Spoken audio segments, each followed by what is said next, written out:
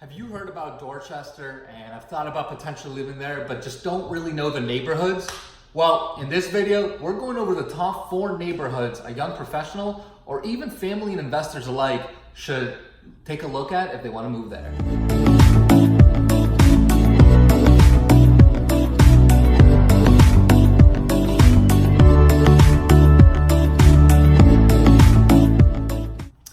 What's up everyone, this is Lior, I'm with Engel & Volkers. I do tons and tons of videos like this on a weekly basis, highlighting the different neighborhoods around the greater Boston area that are close to downtown, but each have their own unique little history and amenities. So if you haven't already subscribed to my YouTube channel, subscribe below right now. That way you'll get notified every time I do a new video of a new neighborhood that you may be interested in. So definitely subscribe below, and that way every time I upload something, you'll be the first to know. And I help tons of young professionals, families, investors, everyone alike that's looking to live in the greater Boston area or invest in the Boston area. I help them all. So if you have any questions, whether it's about Dorchester or any other neighborhood around that you've thought about, contact me below. You can call, text, email, whatever's easiest for you. I basically work 24/7, so just hit me up and we'll go all over exactly what you need, the different criteria and exactly the perfect neighborhoods for you. So in this video, we're going over Dorchester. You probably heard a little bit about it. You probably know where it is in relationship to Boston, but you just don't really know what are the best neighborhoods there, right? Because it is one of the biggest pockets it is one of the biggest cities within Boston, and it can be a little confusing, right? Because there's so many different areas, so many different amenities. So if you're a young professional working downtown or in South Boston, or somewhere in Cambridge even, right? Anywhere on the T, you're probably looking for a place that has great amenities like parks, beaches, is close to the T, and is affordable, and is likely gonna appreciate over the next couple of years. So let's go. We're gonna go right on the ground and check out all the top 4 neighborhoods in Dorchester. All right, so right now we're in the South Bay, right in the middle of the South Bay parking lot. So we're obviously in the South Bay neighborhood. Traditionally, this was more known as the Polish Triangle. You still see some Polish-inspired restaurants, little shops around the area. But the South Bay Mall has really been the anchor project of this neighborhood, and really Dorchester. I mean, it's been huge. They've done tons of condo developments around here.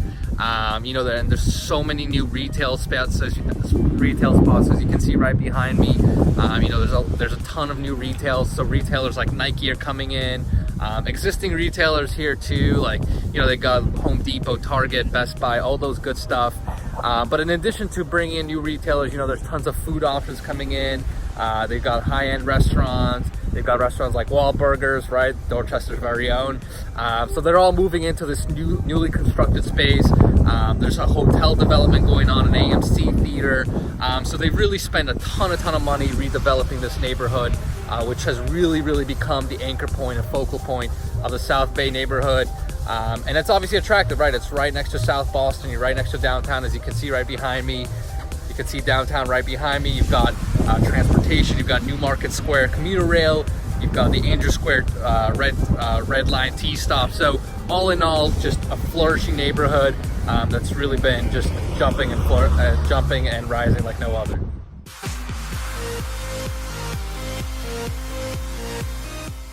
All right, so now we're walking in the Savin Hill neighborhood. So Savin Hill, and JFK, UMass, the kind of the similar neighborhoods where their big draw is location, right? I mean, you're super close to South Boston, to downtown. You can take the Red Line from Savin Hill T stop or the JFK T stop. After that you go right into South Boston, and then you're in downtown. So you typically see a lot of young professionals. Obviously you have some college kids as well that go to UMass Boston, but a lot of young professionals that really live in this area just due to the commute. And because of that, as you walk the streets too, here you'll see typically a lot more triple deckers. Whether they're condos or apartments, it can be varied. But that's typically, you see a lot more of that in this part. Although occasionally you do see some, more charming single families like this one right here. And then the other nice, Savin Hill, kind of like Neponsit, as you'll see later on. It is also close to the water, so there are some beaches, and there's a couple of parks as well. So there's some green space and beach space as well, which is really nice. So it's not only Dorchester Avenue, which obviously has a lot of shops, but you do have some outdoor space for enjoyment. So this is really what Savin Hill, Savin Hill and JFK are compromised on.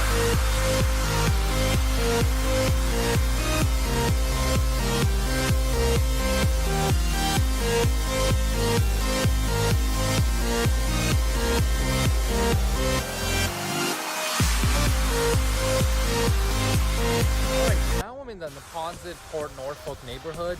So as you can see, I'm walking on a nice little bike jog trail, and I've got water right behind me. So that's the really nice part about this particular neighborhood, is it's right on the water, right? And it's nice because it's a little secluded off from the rest of Dorchester, kind of its own little pocket, and it's a little quieter. So you still have your typical homes like the ones right next to me over here. But it's kind of a little secluded away from all the major construction, and you've obviously got great city views, as you can see behind me. You got water views, buildings, and etc. So this is kind of a nice little secluded pocket. Like I said, if you're looking for a little bit something quieter on the water, this is this Clam Point is kind of close by, similar. This is a great little spot that's convenient to the trains, convenient to the highways, but still preserves the water views.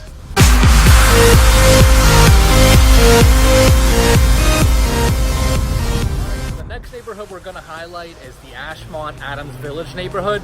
So Ashmont is, it's been exploding recently the last couple of years. It's right on the Red Line T stop, obviously super convenient for young professionals working downtown. So obviously you've seen a lot of people start to move there. And the other thing with Ashmont, just because it is on the T stop, it's seen explosive mega developments as well. So there's been a ton of condos, apartment buildings that have been recently developed there. So it's really starting to explode quite a bit.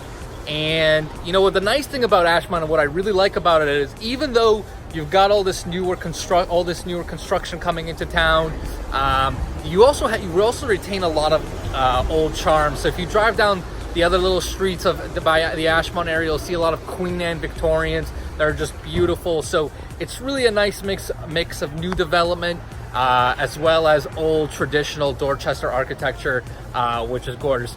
And then obviously there's right next to Ashmont is Adams Village, which is where I'm standing right now. It's got tons of businesses right over here. You got a lot of retail, a lot of little restaurants that are really nice. There's right next to me, behind me, is the Fat Belly Deli, great little deli spot as well. And Adams Village has also seen a lot of growth recently. It's got, like I said, tons of little restaurants. It's a great little convenient location. You're not far from Ashmont. You're not far from Neponsit, which is another neighborhood, right, that we talked about. So all in all, Adams Village is really well placed. It's got really nice, pretty streets. So a lot of people have been moving in here as well.